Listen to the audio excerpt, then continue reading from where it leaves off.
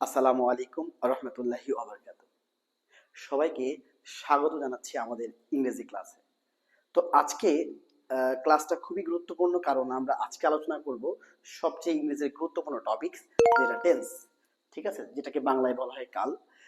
মনে রাখতে হবে, আমরা যখন ফ্রি হ্যান্ড লিখতে যাই কিংবা অন্যান্য বিষয়গুলোকে ইংরেজিতে খুব ভালোভাবে বলতে যাই কিংবা যেটাই করতে যাই না কেন, প্রথম ভিত্তি হিসাবে যে ব্যাপারটা আমার লাগবে সেটা হচ্ছে টেন্স। তো আমরা আজকে এই টেন্স নিয়ে একটু আলোচনা করব, যেটার মাধ্যমে আপনি হেল্প হবে আপনার ফ্রি হ্যান্ড রাইটিং লিখতে কিংবা আদার্স প্রত্যেকটা বিষয়ে আপনি সহজে লিখতে এবং বলতে সাহায্য করবে। তো আমরা টেন্সটাকে খুব সহজে সাবলীল ভাষায় অল্প কিছু বিষয়গুলোকে নিয়ে আমরা টেন্সটাকে সম্পূর্ণ আলোচনা করে দেখাবো। তো দেখবেন আজকে, তো টেন্সের কাকে বলে কি, এগুলো এগুলো আসলে আমাদের খুব বেশি কাজে লাগে না। আমাদের যে বিষয়গুলো লাগবে সেগুলো নিয়ে আমরা সরাসরি আলোচনা করছি। তো সবাই এটা জানেন যে টেন্স হচ্ছে যে মোট তিন প্রকার। আমি সরাসরি প্রকারভেদ থেকে শুরু করব। তো খেয়াল করবেন, তো আমরা প্রথমে বলছিলাম যে এই যে টেন্স আছে, এই টেন্সটাকে আমরা ভাগ করছিলাম কয় ভাগে? তিন ভাগে ভাগ করছিলাম, তাই না? তো তিন ভাগে কোনটা কোনটা? একটা হচ্ছে যে প্রেজেন্ট টেন্স, প্রেজেন্ট টেন্স, তাই না? প্রেজেন্ট টেন্স বলছিলাম, যেটাকে আমরা বাংলায় বলছিলাম বর্তমান কাল, বর্তমান কাল। পাস্ট টেন্স, পাস্ট টেন্স, যেটাকে আমরা বলছিলাম কি অতীত কাল, তাই না? অতীত কাল। এবং আরেকটি টেন্স আছে, সেটা হচ্ছে কি ফিউচার টেন্স, ফিউচার টেন্স, যেটাকে আমরা বলছিলাম কি ভবিষ্যৎকাল। তাহলে কথা হচ্ছে যে আমাদের কিন্তু টেন্সটা মূলত এই তিন প্রকার। তো এই তিন প্রকার টেন্স থেকেই আমাদের টোটালি মোট চারটা করে টেন্স আসছে, যেমন প্রেজেন্ট টেন্সের চারটা, পাস্ট টেন্সের চারটা, ফিউচার টেন্সের চারটা, মোট তিন চারে 12টা টেন্স আছে সব মিলাই। তো এই 12টা টেন্স থেকেই মূলত আমাদের প্রত্যেকটা বিষয় আসে আর কি।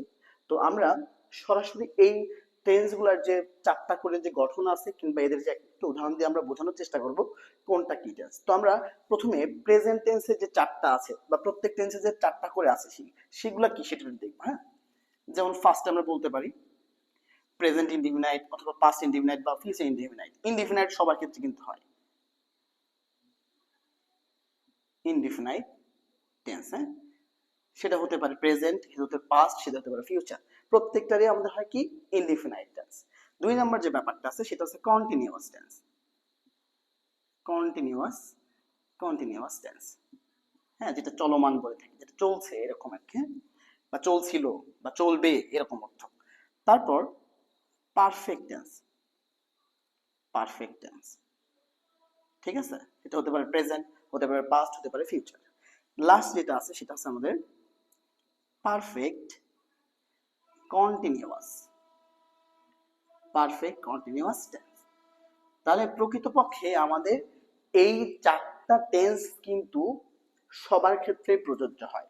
প্রেজেন্ট হতে পারে কিংবা পাস্ট কিংবা ফিউচার, প্রত্যেক ক্ষেত্রে কিন্তু আমরা এই টেন্স গুলা আসলে আমাদের কাজে লেগে থাকে। তো আমরা এখন ইনডিফিনাইট, কন্টিনিউয়াস, পারফেক্ট কিংবা পারফেক্ট কন্টিনিউয়াস প্রত্যেকটা বিষয়কে আমরা একটু সহজে বলার চেষ্টা করবো, একটু সাথে থাকবেন। তো দেখবেন আমরা প্রথমে আলোচনা যেটা করব সেটা হচ্ছে আমাদের প্রেজেন্ট ইনডিফিনাইট টেন্স, এটা নিয়ে আলোচনা করব, যেটাকে আমরা সিম্পল প্রেজেন্টও বলে থাকি আর কি। তো আমরা বলবো এখন present indefinite, present indefinite tense. হ্যাঁ, তো প্রথম কথা হচ্ছে যে এই যে প্রেজেন্ট ইনডিফিনাইট টেন্স আছে, তাই না, এর সিম্পল একটা গঠন আছে। সেটা কি গঠন? যেটা আছে সেটা এরকম যে একটা সাবজেক্ট থাকবে, একটা ভার্ব থাকবে, যেটা ভার্বের অবশ্যই একটা প্রথম রূপ হবে, অথবা একটা কি থাকবে অবজেক্ট অথবা এক্সটেনশন। হ্যাঁ, তবে একটা কথা বলি, অবজেক্ট আর এক্সটেনশন মোটেই এক জিনিস না।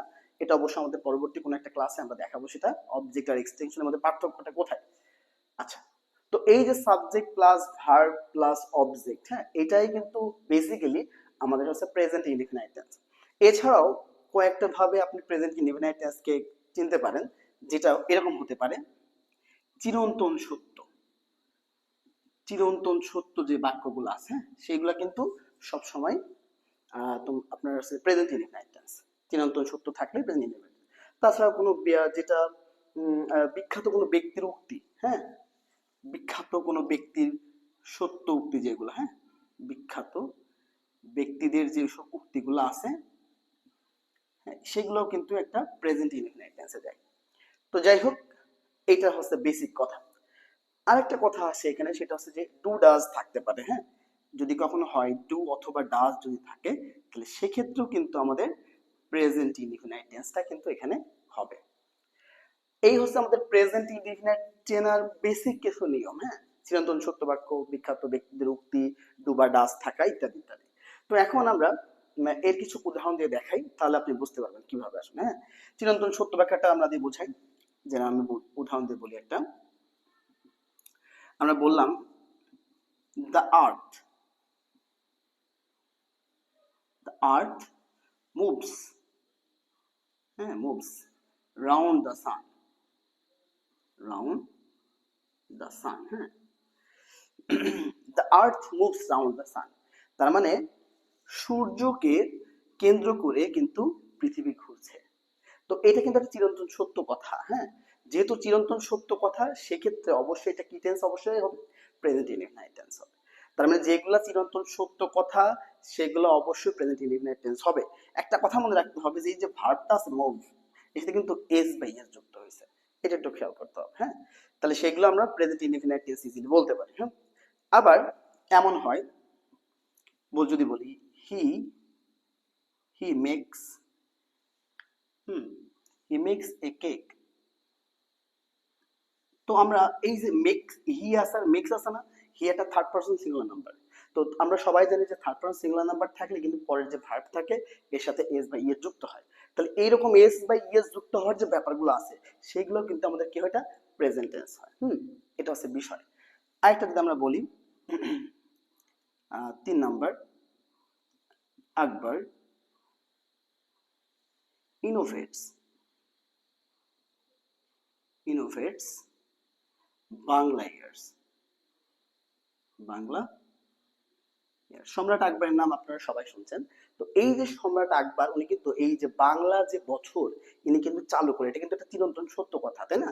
ওই জন্য আমরা বলছিলাম এই যে ইনোভেটস আছে না, এটা চালু করার অর্থে বোঝাই। তো ইনোভেটস এর একটু খেয়াল করবেন, ইএস যুক্ত আছে, তার মানে এটা কিন্তু একটা প্রেজেন্ট ইনডিফিনাইট আছে। তার মানে আমি আশা করি এই যে 3টা উদাহরণ দিলাম, আপনি ইজিলি আপনি বুঝতে পারছেন যে এটা কিভাবে আসলে এটা হয়। যে সাবজেক্ট, একটা সাবজেক্ট, একটা ভার্বের প্রথম রূপ, একটা অবজেক্ট বা এক্সটেনশন থাকে। তো এইটাই হচ্ছে আমাদের প্রেজেন্ট ইনডিফিনাইট টেনের সহজ উপায়। আমি আশা করি আপনি প্রেজেন্ট ইনডিফিনাইটটা বুঝতে পারছেন। তো আমরা এখন নেক্সট টেন্সে চলে যাব, 2 নাম্বার যেটা, সেটা আমরা আলোচনা করব প্রেজেন্ট কন্টিনিউয়াস টেন্স, হ্যাঁ। এবার কথা বলবো আমরা যেটা নিয়ে, সেটা হচ্ছে আমাদের প্রেজেন্ট কন্টিনিউয়াস টেন্স। তো প্রথমে লিখি প্রেজেন্ট কন্টিনিউয়াস টেন্স, যেটা চলমান অর্থে, বর্তমান চলমান অর্থে প্রকাশ করে, সেটা কিন্তু প্রেজেন্ট ইনডিফিনাইট টেন্স।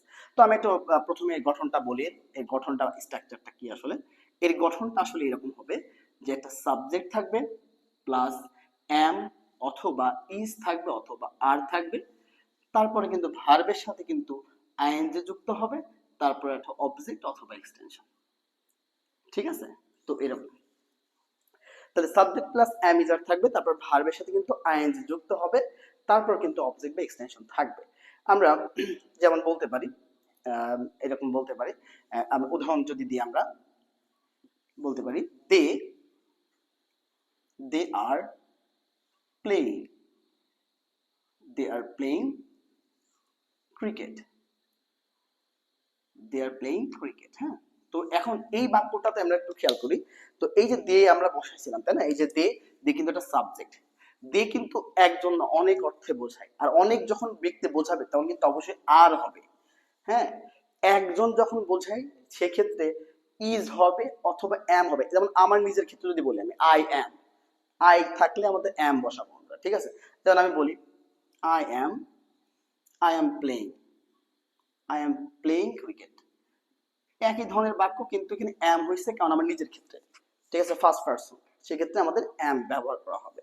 কিন্তু যদি এখানে থার্ড পারসন প্লুরাল নাম্বার থাকে, যেমন তারা কিংবা অনেকজন অর্থে প্রকাশ করে, তাহলে সেক্ষেত্রে কিন্তু আর হবে, হ্যাঁ, একটু বুঝে দিতে হবে, এটা আন্দাজ দিয়ে কিন্তু হবে না।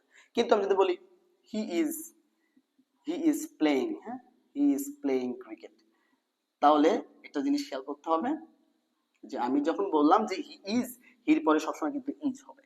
থার্ড পারসন সিঙ্গুলার নাম্বার থাকলে সেগুলোর পরে সেক্ষেত্রে আমাদের ইজ ব্যবহার করতে হবে। তো এই হচ্ছে ব্যাপার, যে প্লুরাল থাকলে আর, নিজের ক্ষেত্রে বললে অ্যাম, এবং singular number third person singular number এরকম থাকলে হি সি থাকলে এক কথায় এগুলোর ক্ষেত্রে ইজ ব্যবহার করা হয়। তো ব্যাপারটা এরকম। তো প্রথমে আমরা সাবজেক্ট হিসাবে দে, আই, হি এগুলো সব সাবজেক্ট। তো এই যে এম ইজ আর এর মধ্যে আমাদের যেগুলো ব্যবহার করি আমরা একটা ভার্বের সাথে আইএনজি, আমরা প্লে এর সাথে সব সময় আইএনজি যুক্ত করছি, সব জায়গায় আইএনজি যুক্ত করছি।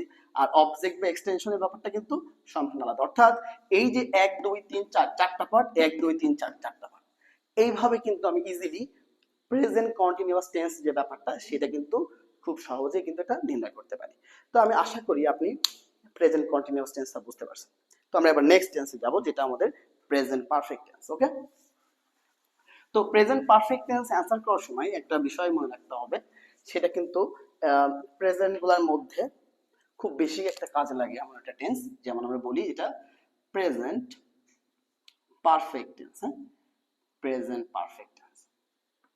এই প্রেজেন্ট পারফেক্ট টেন্সে যদি আমি সরাসরি গঠন বলি, তাহলে সেক্ষেত্রে একটা বিষয় মনে রাখতে হবে, সে সাবজেক্ট থাকবে একটা, একটা হ্যাভ অথবা হ্যাজ থাকবে, আবার ভার্বের তৃতীয় রূপ প্লাস অবজেক্ট।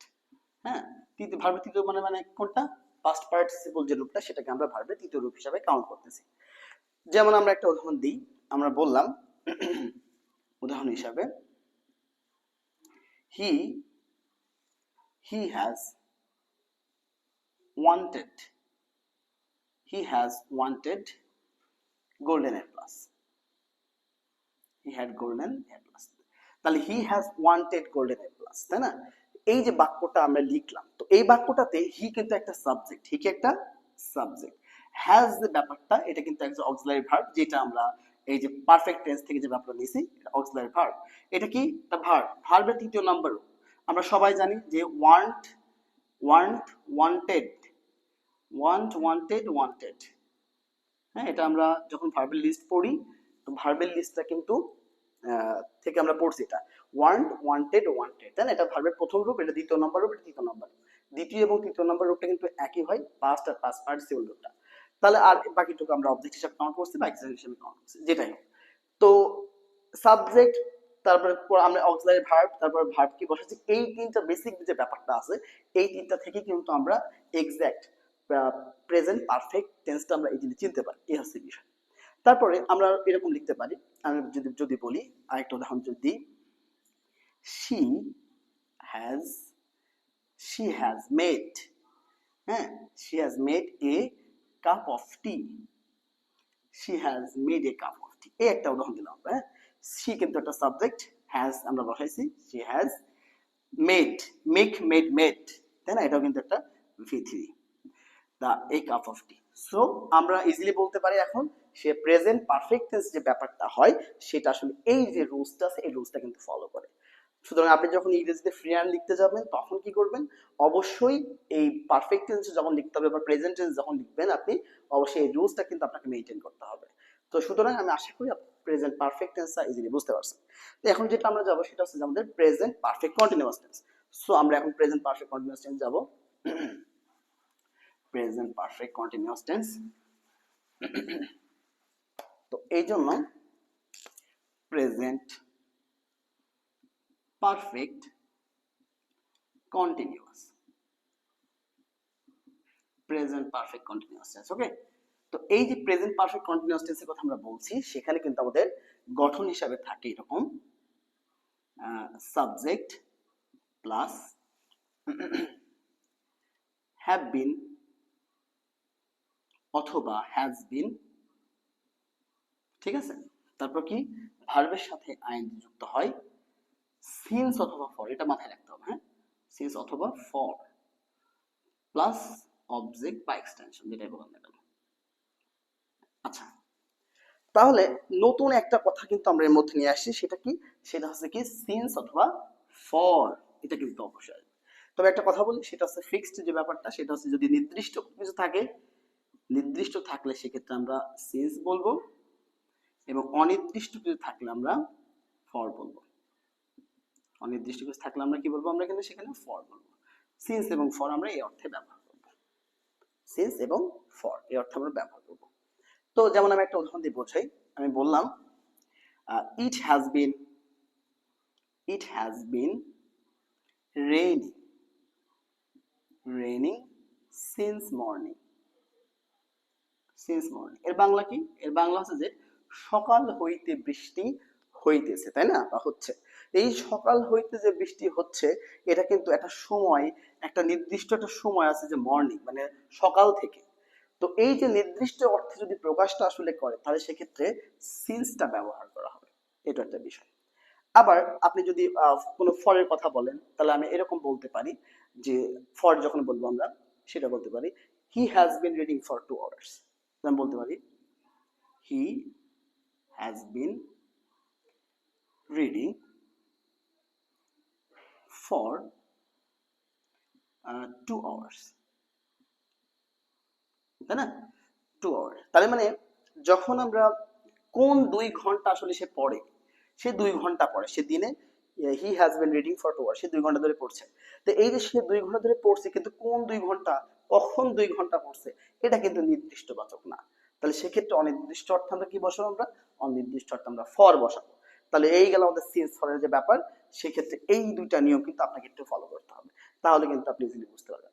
তাহলে আমাদের কি হলো? প্রেজেন্ট পারফেক্ট কন্টিনিউয়াস টেন্সে কি হয়?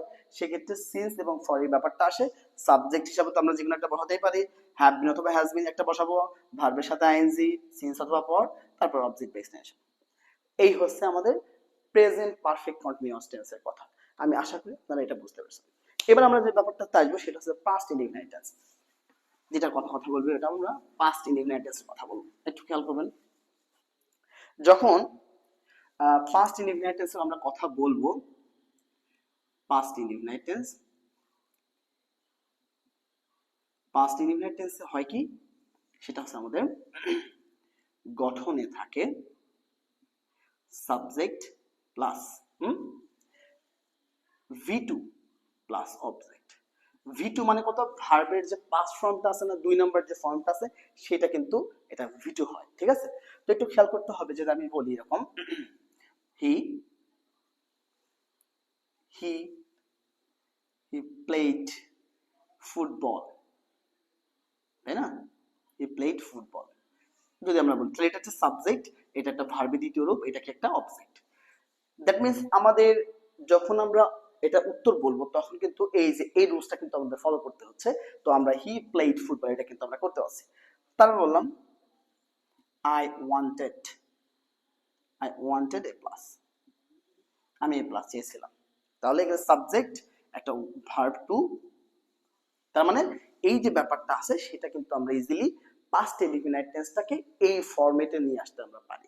তো আমি আশা করি আপনি পাস্ট ইনডিফিনাইট টেন্স যে ব্যাপারটা আমি সংক্ষেপে খুব সহজে এটা বোঝাতে পারছি। এবার আমরা আসবো পাস্ট কন্টিনিউয়াস টেন্সের যে ব্যাপারটা, সেখানে আমরা আসবো। হ্যাঁ, পাস্ট কন্টিনিউয়াস টেন্স একটু খেয়াল করবেন। পাস্ট কন্টিনিউয়াস টেন্স যে ব্যাপারটা আমরা বলবো, সেটা আসলে শুরু করবো আমরা past continuous.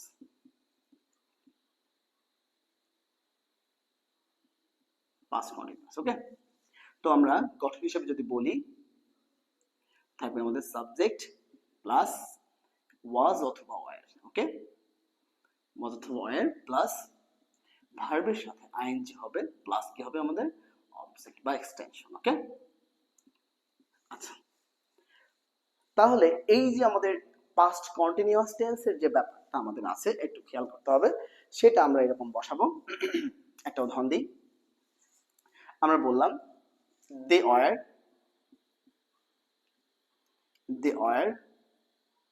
Going to market, তাই না? এই যে আমি একটা বাক্য লিখলাম, they were going to market, তার মানে এই যে দে, এটা হচ্ছে সাবজেক্ট, তাই না? তারপর ওয়াজ অথবা ওয়্যার, আমরা বললাম যে যখনই অনেকে অর্থে বসবে তখন কিন্তু ওয়াজ হবে না, একাধিক মানে প্লুরাল যখন বসবে তখন কিন্তু ওয়্যার হবে। তারপরে ভার্বের সাথে আইএনজি যুক্ত করছি আমরা, আর কিন্তু তারপর আমরা অবজেক্ট বা এক্সটেনশন দিয়ে দিচ্ছি। তার মানে আমরা এই যে ব্যাপারটা আছে, ফার্স্ট যে ব্যাপারটা, তার সাথে কিন্তু একটা ম্যাচ করে বিষয়টাকে আমরা লিখলাম। 2 নম্বরের কথা আমরা বলি, যদি বলি she was she was she was making a spicy food. হ্যাঁ, তাহলে আমরা she was making spicy food, সে একটি খুব মশলা জাতীয় যে খাবার সেটা তৈরি করছে, এরকম কিছু। হ্যাঁ, তাহলে আমরা বোঝাতে পারি মেক আছে, মেকিং বসাবো আমরা, সরি মেকিং বসাবো, কেন আমাদের ভার্বে টাইম। ওকে, এটা সাবজেক্ট ছিল শি, ওয়াজ হিসাবে আমরা এই যে ওয়াজ অথবা এর মধ্যে আমরা ওয়াজ ব্যবহার করছি, ভার্বের সাথে আইন যুক্ত ওকে দিছি আমরা, এবং বাকিটুকু যে অবজেক্ট আছে সেটা কিন্তু আমরা দিছি। তাহলে অর্থাৎ পাস্ট কন্টিনিউয়াস টেন্সে কি আমাদের অনেকটা ওই প্রেজেন্ট কন্টিনিউয়াস টেন্সের মতোই, কিন্তু পার্থক্য এখানে ছিল আমাদের অ্যাম ইজ আর, জাস্ট এখানে ওয়াজ ওয়্যার, বাকিটুকু কিন্তু অনেকটা সেম। তো সেক্ষেত্রে আমরা পাস্ট কন্টিনিউয়াস টেন্সটাকে আমরা সহজে এইভাবে বলতে পারি। আমি আশা করি আপনি পাস্ট কন্টিনিউয়াস টেন্সটা বুঝতে পারছেন। এবার আমরা যে কথা বলবো সেটা হচ্ছে আমাদের পাস্ট পারফেক্ট টেন্স। আমরা বলছিলাম কি টেন্স?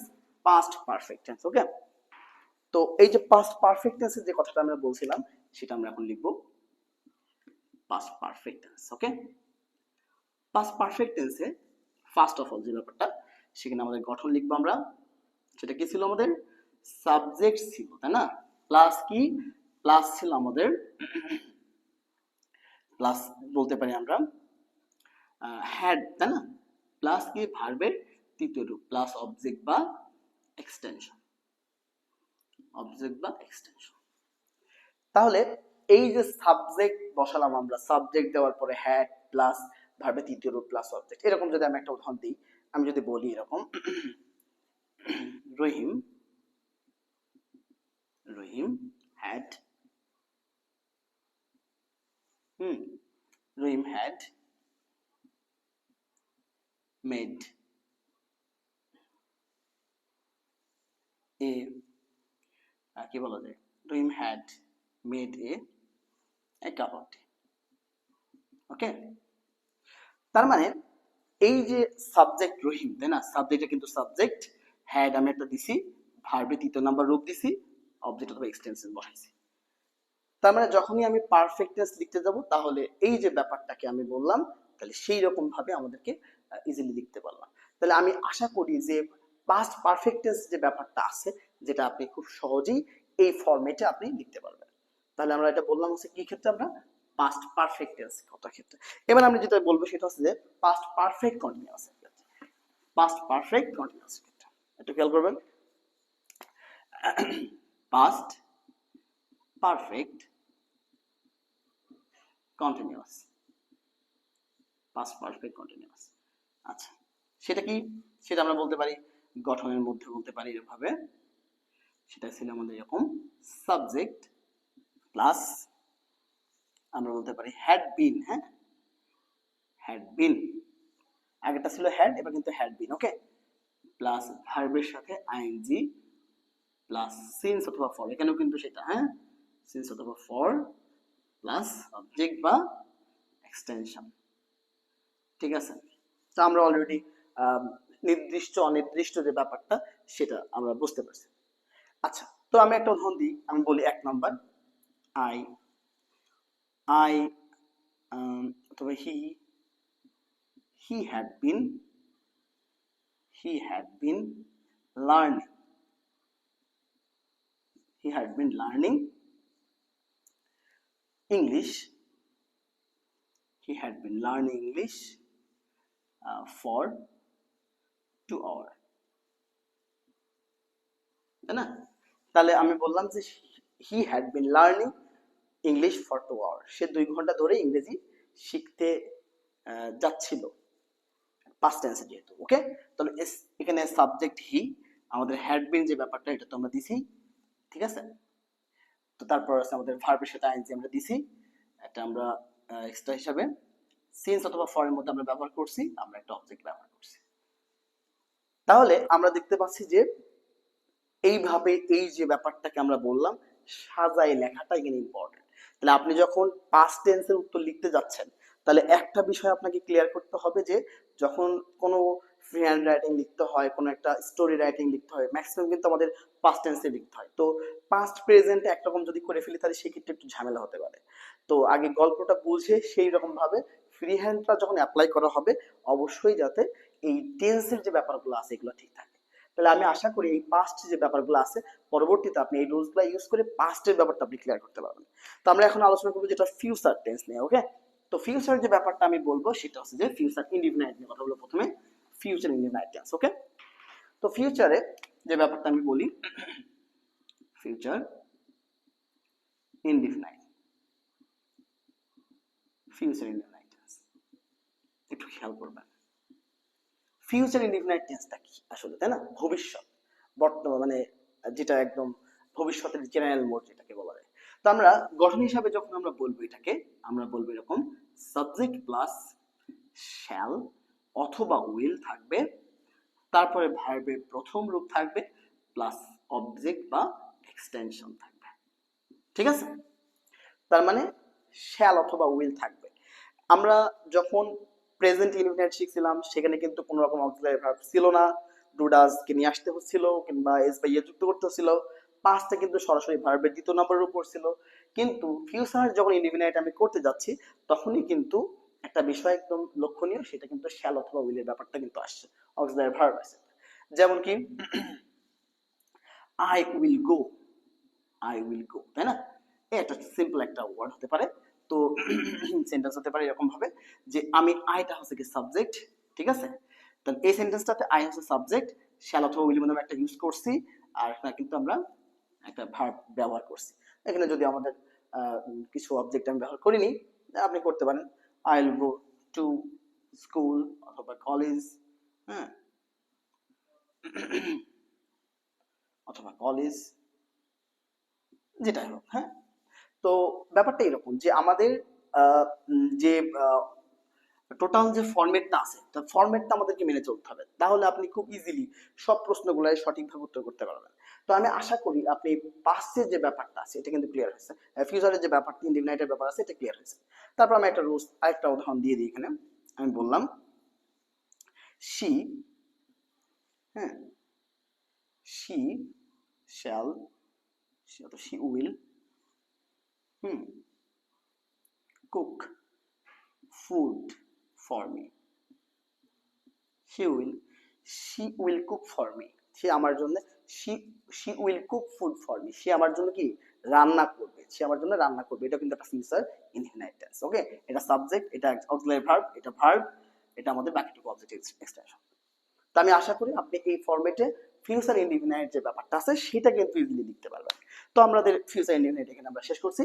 তো আমাদের এবার আসছে ফিউচার কন্টিনিউয়াস টেন্স। ওকে, ফিউচার কন্টিনিউয়াস টেন্স। তো আমরা দেখব future continuous, future continuous tense. তো এই যে ফিউচার কন্টিনিউয়াস টেন্সের কথা বললাম, তো আমি যদি গঠনের কথা বলি, তো প্রথমে আমাদের আসবে এরকম সাবজেক্ট প্লাস শ্যাল বি অথবা কি বলবো আমরা এখানে উইল বি। ওকে, তারপর কি ভার্বের সাথে আইএনজি, কন্টিনিউয়াস থাকলেই কিন্তু আইএনজি, সেটা হতে পারে present continuous, past continuous, future continuous, present perfect continuous, past perfect continuous, future perfect continuous. Continuous মানেই কিন্তু ভার্বের আইএনজি, সহজ কথা। যখনই আমি কন্টিনিউয়াস নিয়ে কথা বলবো তখনই ভার্বের সাথে আইএনজি ব্যাপারটা হবে। তাহলে আমাদের এটা কি লিখবো আমরা, অবজেক্ট অথবা এক্সটেনশন। ওকে, তাই আমরা বলবো। বলার পরে নেক্সট যে কথা আমি বলি, আমরা বললাম যে দে, অথবা বলি আমরা দে will be they will be running, they will be running a moment, ঠিক আছে? অথবা they will be running, যেটাই হোক না কেন।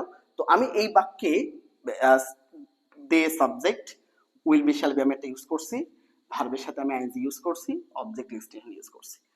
তার মানে আমাদেরকে ওই রকম অর্থ প্রকাশ করতে হবে যে রকম অর্থ আসলে প্রকাশ পায়। যেমন আমি ভবিষ্যতে ওই কাজটা করতে মানে করব, আমার কাজটা চলছে বা চলবে, আমার চলবে, কাজটা চলবে, এরকম অর্থ যখনই আসবে সেখানে আমরা কন্টিনিউয়াস টেন্স হিসেবে ব্যবহার করব। গেল এটা। আমি যদি বলি আরেকটা কথা যদি বলি, I shall be, I will be, I will be going there, I will be going there, এটাও কিন্তু সেম সাবজেক্ট, একটা শ্যাল বি উইল বির মধ্যে একটা লিখছি আমরা ভাবে দা আইএনজি প্লাস অবজেক্ট এক্সটেনশন। তাহলে কথা হচ্ছে যে আমাদের যে ব্যাপারটা সেটা হচ্ছে আমরা এই রুলস যে ব্যাপারটা থাকে ওইটার মধ্যে করে কিন্তু এইভাবে লিখছি, হ্যাঁ। তবে যখন আমরা কথা বলতে যাই, যদিও বা কথা বলার সময় টেন্স অতটা না মানলেও হয়, এক একজন এক এক রকম স্টাইলে কথা বলে, কেউ আমেরিকান স্টাইলে কথা বলে, কেউ ব্রিটিশ স্টাইলে কথা বলে, যেটাই বলুন না কেন, সেক্ষেত্রে যখন আমরা বাঙালি, তো আমরা বাঙালি, আমরা টেন্সটা আসলে ফলো করি, আমরা টেন্স ফলো করি বলি, কিন্তু বাইরের দেশে ওরা তো টেন্স ফলো করে কথা বলে না। কিন্তু সেন্টেন্স মেকিং এর সময় সেক্ষেত্রে যাতে একটা সুন্দর গোছানো সেন্টেন্স হয়, সেক্ষেত্রে এই টেন্সের বিষয়গুলো কিন্তু অবশ্যই থেকে মানতেই হবে। না হলে সেক্ষেত্রে আপনি কিন্তু ফ্রি হ্যান্ডে ভালো মার্ক পাবেন না পরীক্ষাতে। যখন আমরা ফ্রি হ্যান্ড লিখি এগুলো ভালো কিন্তু করা সম্ভব না। তো এইটা গেল আমাদের ফিউচার কন্টিনিউয়াস টেন্সের ব্যাপার। তো আমি এখন আলোচনা করব যেটা, সেটা হচ্ছে ফিউচার পারফেক্ট টেন্স। ওকে, ফিউচার পারফেক্ট টেন্স নিয়ে কথা বলবো। খুব শেষের দিকে চলে আসছে আমাদের প্রায়, তো আমরা একটু ধৈর্য ধরে দেখবেন একটু।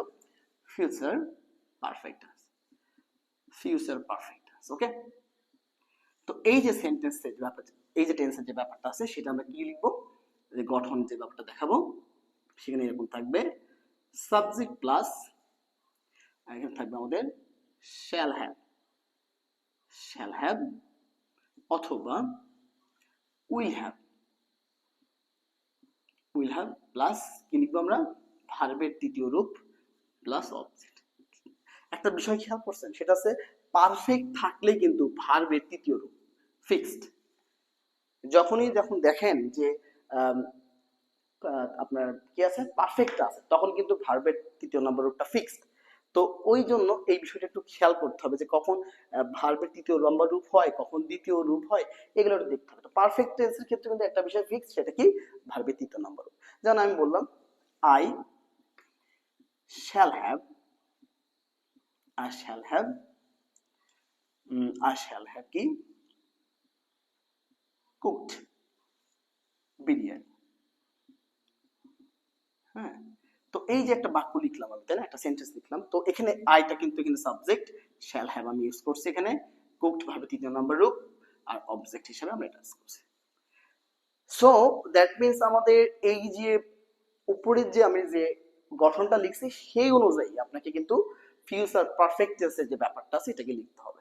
তো আমি আশা করি আপনি ইজিলি এটা বুঝতে পারছেন, এটা উদাহরণ সহ। তো আমি লাস্ট যে টেন্সটা সেটা নিয়ে কথা বলতে যাচ্ছি এখন। ঠিক আছে, আমি আশা করি আপনারা এই পর্যন্ত খুব মনোযোগ দিয়ে দেখছেন।